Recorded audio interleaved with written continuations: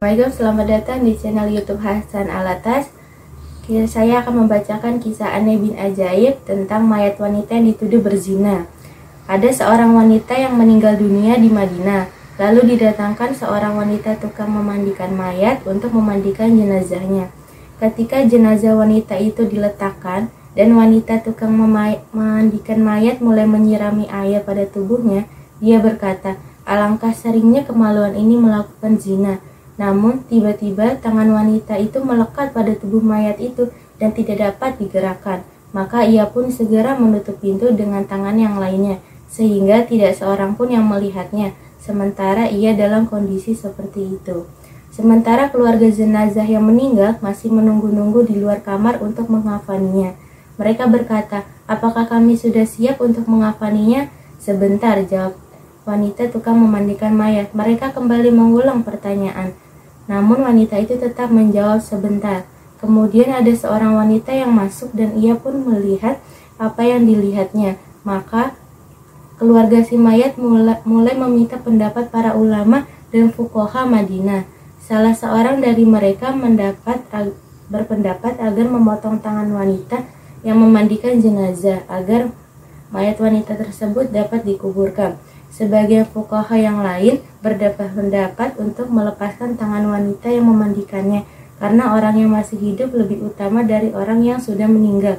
Perselisihan itu semakin memanas disebabkan oleh tuduhan wanita tukang memandikan mayat tersebut. Padahal Nabi Muhammad pernah bersabda, "Menuduh wanita baik-baik melakukan zina akan menghancurkan amalan yang telah dilakukan selama 100 tahun.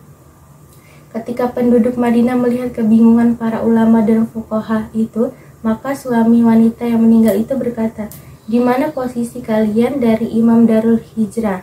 Lalu dia pun pergi menemui Imam Malik bin Anas.